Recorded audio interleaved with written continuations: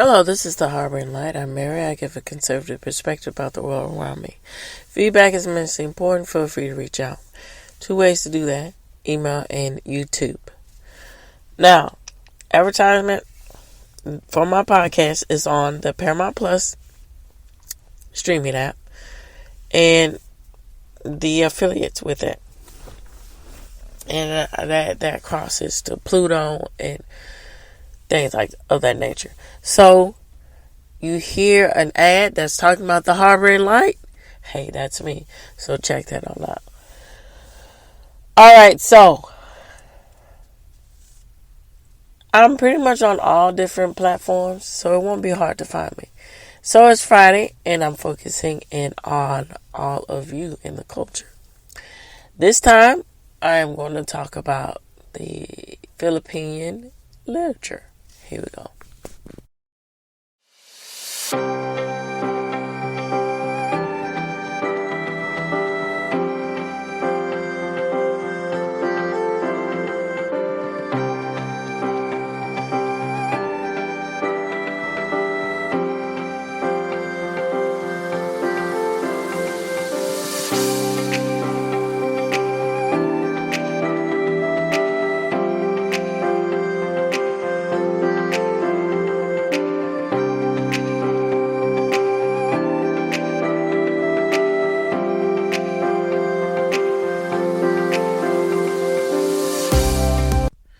Okay, so give brief thoughts here. And this episode is going to be pretty brief, and I'll get more lengthy next week when I focus in on more specifics about Philippine literature, particularly when we're going into the modern 20th century and so forth. Alright, so Philippine literature and literature in itself specifically, and then when we're going into the culture of the Philippines, the literature is a testament to,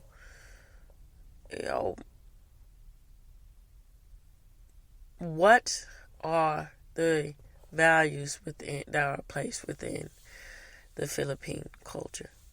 And then as ideas progress, as the outward look of progress and the outward look of end with progress when it comes to you're not, stuck in a mode where it's living day to day, grinding day to day, or governmental turmoil or something like that.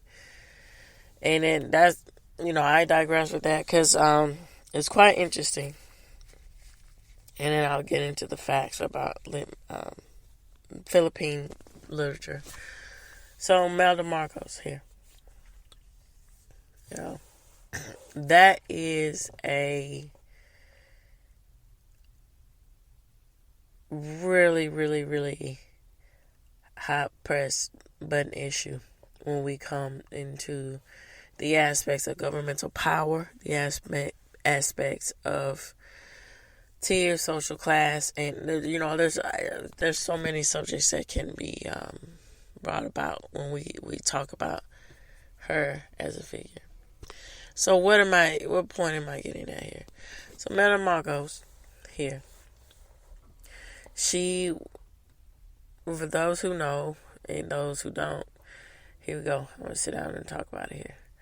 So she was sitting down in an interview, and they were asking her, about the aspects. How does she feel, about her being the wife, of the reigning governmental tier of the Philippines. Her husband, having leadership over the Philippines at that time. And it was, around the 50s, around that time, right?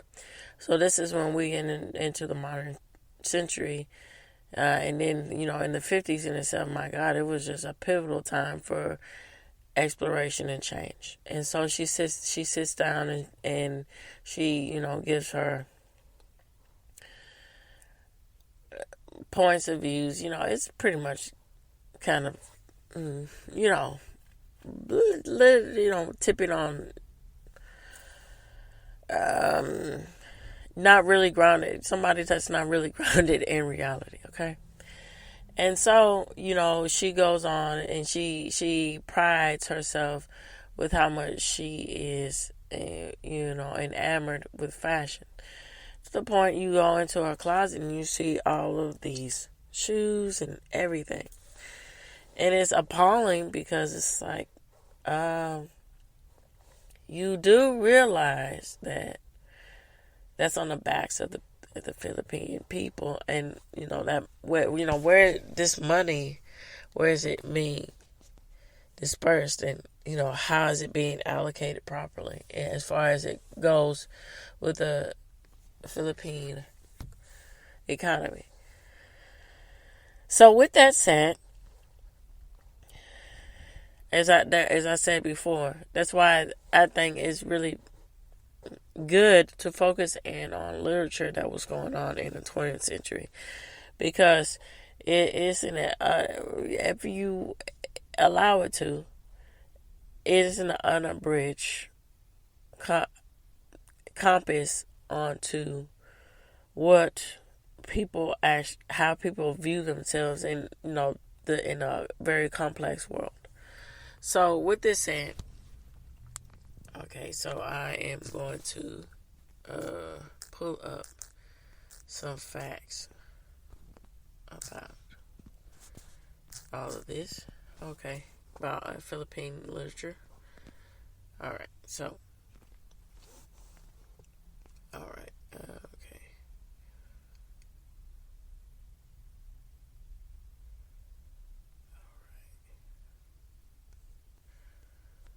Alright.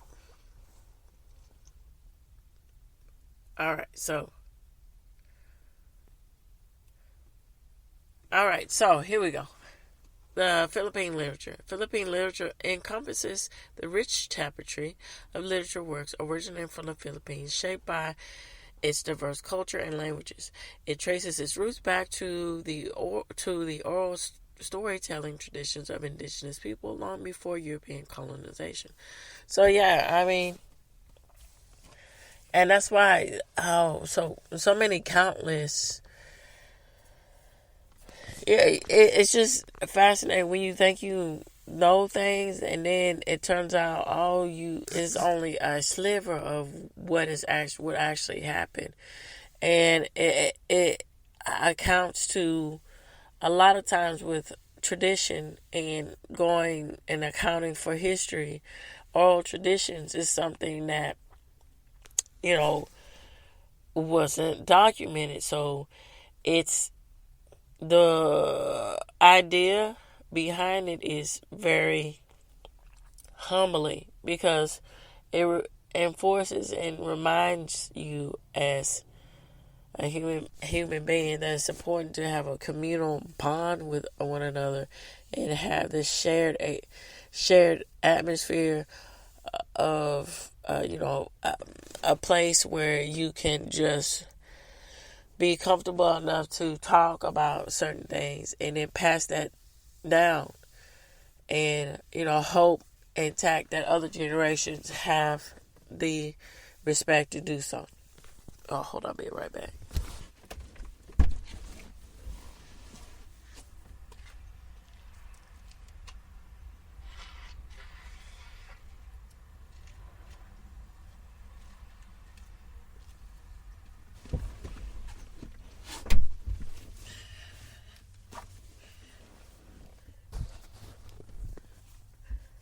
Okay, so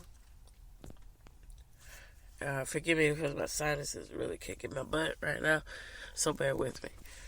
All right, so let's get back to it. It says, okay.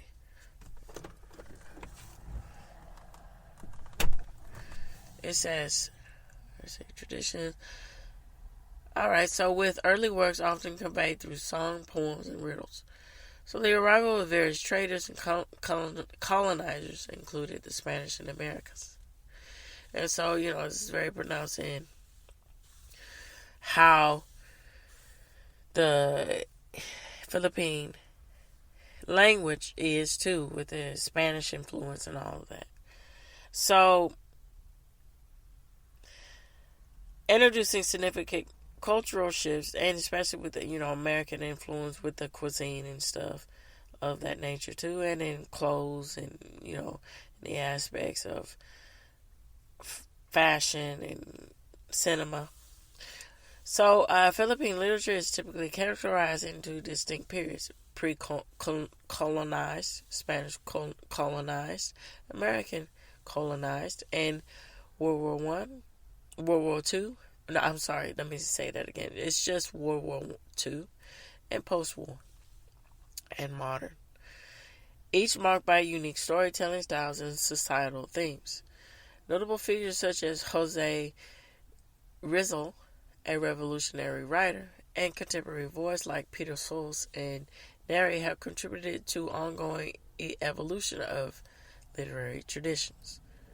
While the early literature was predominantly oral and often focused on magic and fantasy, modern works explore social issues, identifying identity and realism, reflecting the complexities of the Philippine history and the culture.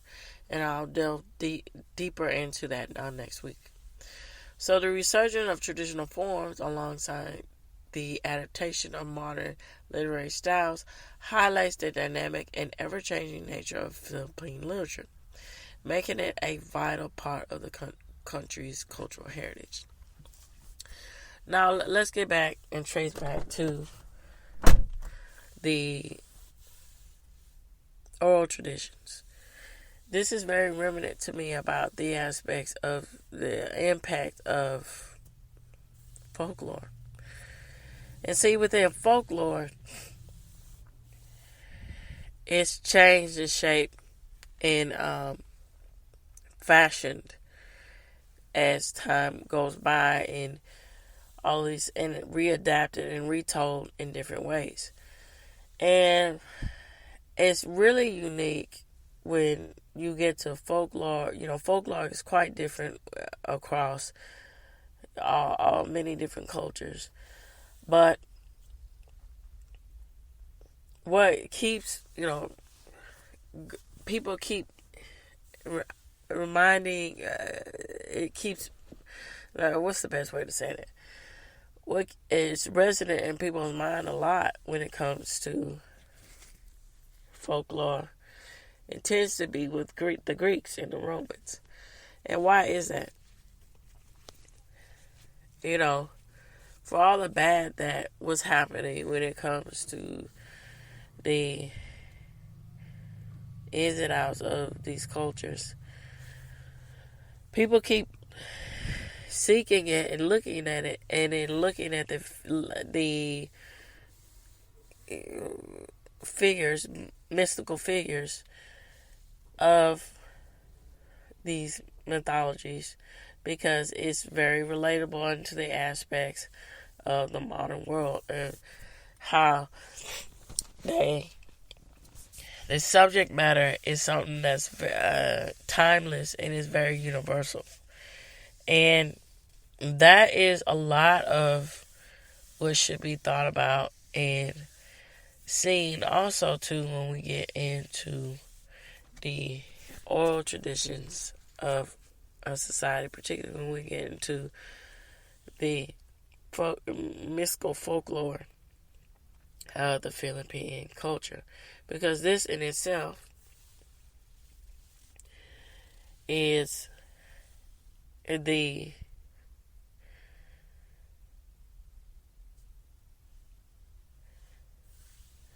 unjaded, I guess you can say, or undiluted version here of what people thought about in themselves and their place in the world around them and the Philippine culture. And this should be, translated all throughout And I think that's how it should be looked at all throughout, folklore with different cultures. Okay, so Philippine literature. Now, Philippine literature is the body of literary work from the Philippines. Literature in the region began with the oral storytelling traditions of the people who lived there before European colonization. Literature in the area was dramatically influenced by traders and coloners who controlled the area for hundreds of years and forced cultural change, including changes in religion, language, and art. Now, the history of literature in the region has also been influenced by the different native language and culture of the people who lived in the islands. Philippine literature is often broken into various periods, as I mentioned before. Now, the background. So, the Philippine is a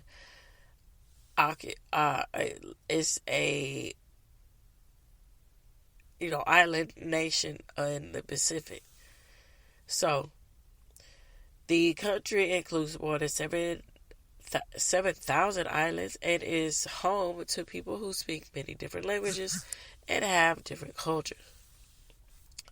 Now, the tropical islands are located in geographically active areas of the Pacific Ocean. Now, the region is prone to powerful storms and weather activity. Humans have lived in the area that is now the Philippines for nearly 700,000 years. Wow. Now, different cultures and languages developed in the area, particularly because the region is broken into thousands of islands. Now, the various island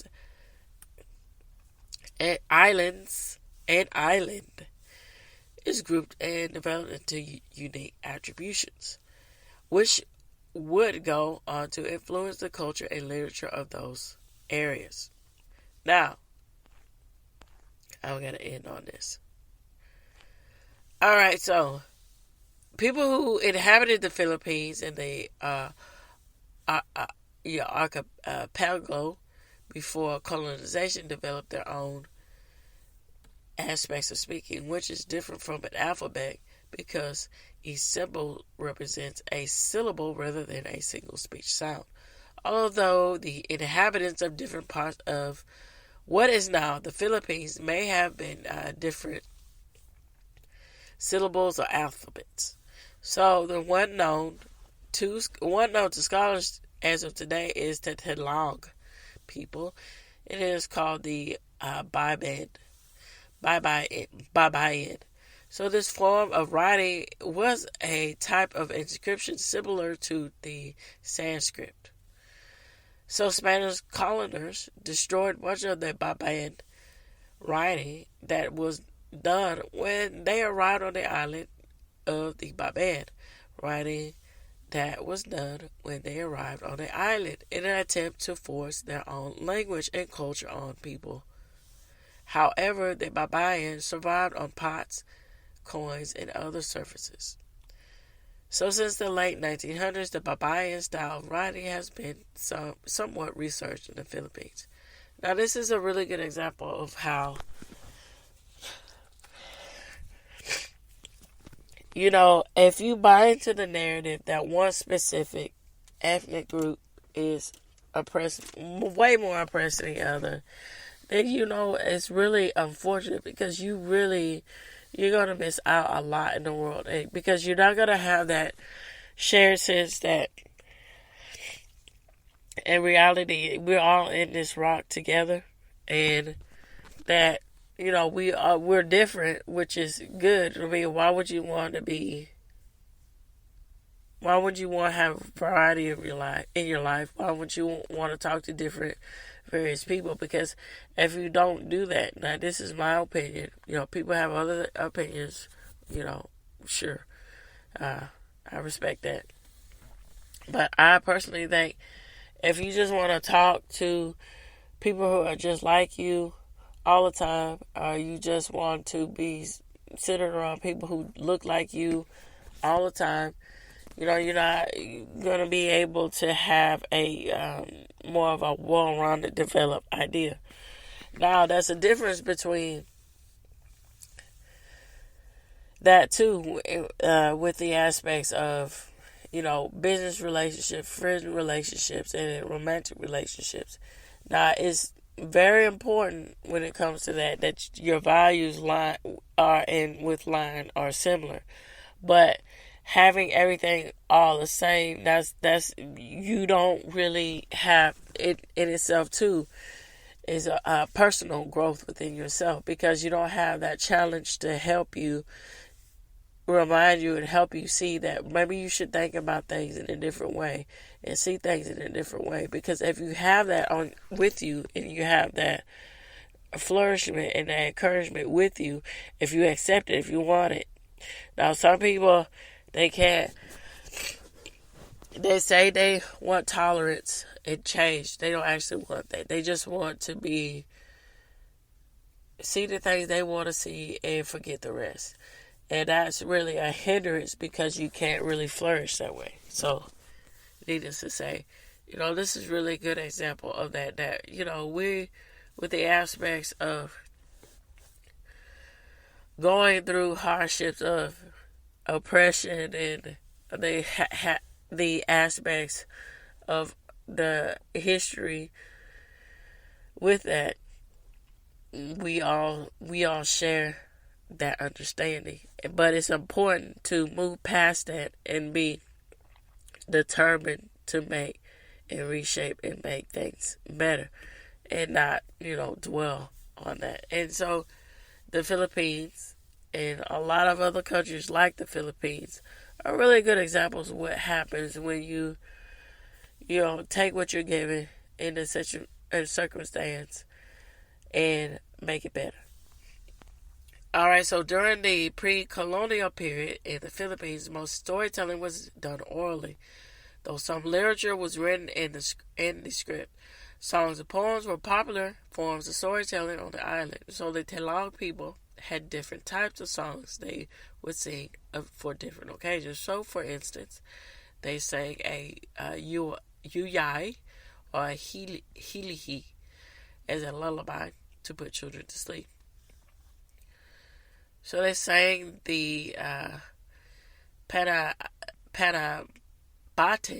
as a courtship song, and the Pamahihakin as a way of proposing marriage.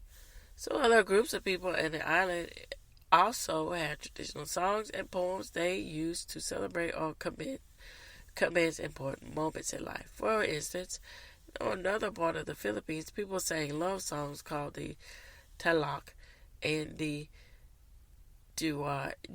forgive me for the pronunciation, I'm doing my best I can, duwaye. So people in the mountains sang the by goat during the harvest. So the Batanese Island people sang folk songs such as the Kataya and the Kalisuhen. So the people of the island also told traditional riddles, proverbs, and things of this nature. So the traditional saying were important for passing along cultural values and expressing behavioral norms. Now, the early inhabitants of the Philippines also shared poems. So one type was a 7-line poem created by the Mayagayans called the Emabayhin, which was told for entertainment and for teaching lessons about life. Now, the people of the Philippines also had many different epics. Now, the people of the Maramayo had had the Dragon, and the people of the Ifiga had the Hudihud. People often told epics to music and sometimes performed dance to them. Many of these epics and other indigenous stories dealt with magic and fantasy. Modern studies have discovered roughly 100 different epics. Some scholars believe that these are the real roots of the Philippine literary tradition.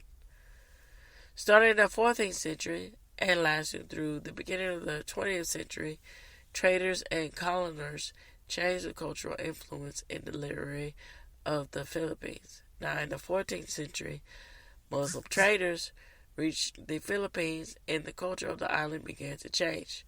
Now, the new religion and culture of the traders spread throughout various parts of the island, and Muslim leaders began their own government places within that too. Now, the traditional songs and sayings of the island were influenced by these newcomers. So the Kisisa, Kisisa, Kissa, a narrative song told by the Muslim hero who dies when battling a non-Muslim. Now, I'm going to stop right here when I get to 1885. Because, onward out, you're going to get into the 19th century, and I'll cover that next week. All right, so the Spanish used native speakers of the indigenous language to translate Christian stories and Catholic doctrine from Spanish into native languages. Eventually, these native translators learned to read and write in both Spanish and their native language. In the 17th century, some non-religious Spanish literature became popular in the area. Medieval ballads and other forms of Spanish poetry became popular, and they inspired native storytellers to create their own poems, including the poetic drama called the Comedaya. Jose de la Cruz, 1746 through into 1829, was a famous creator of the Comedaya. His works were printed and shared orally, so they were popular with many different types of people, including those who could not read.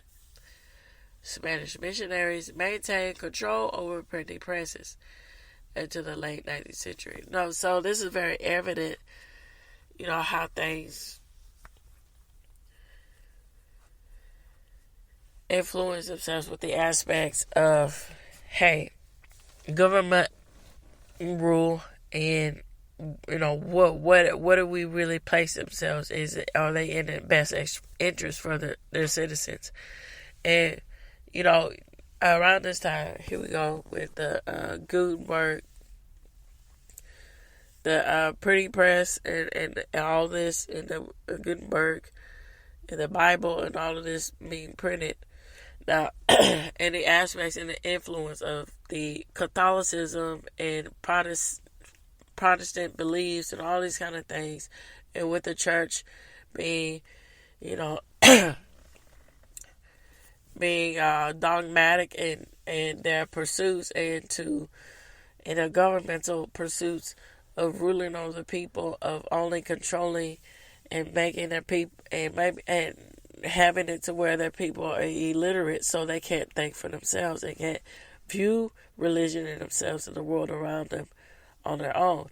And it's quite interesting how this is a global, how this was widespread out with this idea, this notion of, we want you to conform and align with the way, how we see fit for you to think, and don't question otherwise.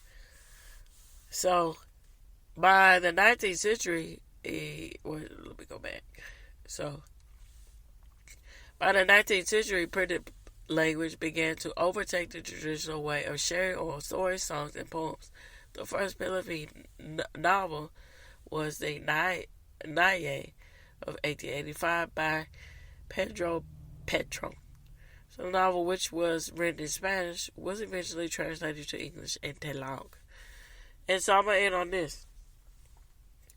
Now, both sides, where we can say politically, has their shared flaws here.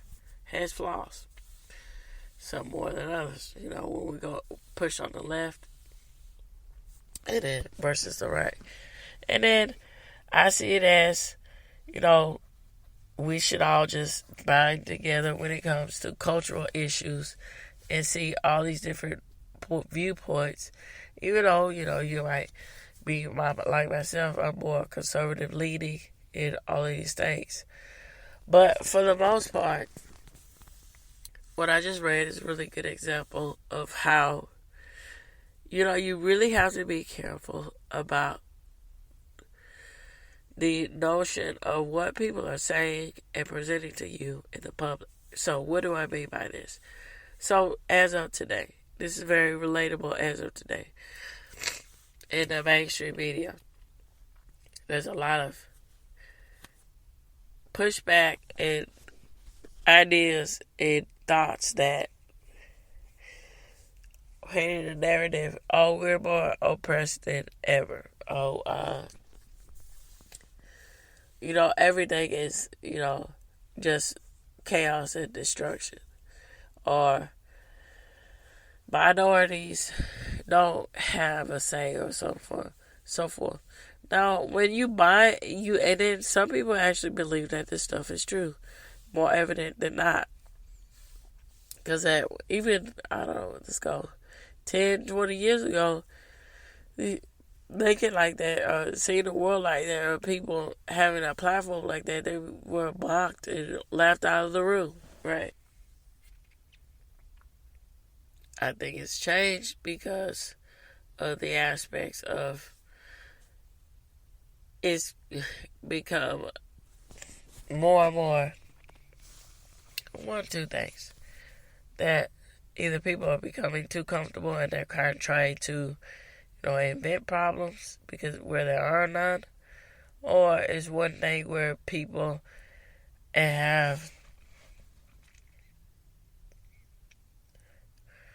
don't know how to really go and be a part of the world and really experience the world, and they only read only see what the gatekeepers want to tell you, which is the news corporations. But, with what I just read here, you really have to get to the point and always preserve the point of going beyond, understanding beyond, and preserving your culture, and preserving and respecting other cultures too. Because once you get into that mindset, man, I say a lot of things will surprise you for the better. So with this said, I would like to know what you all think. Feel free to reach out to me. And the best way to do that is either through email or YouTube.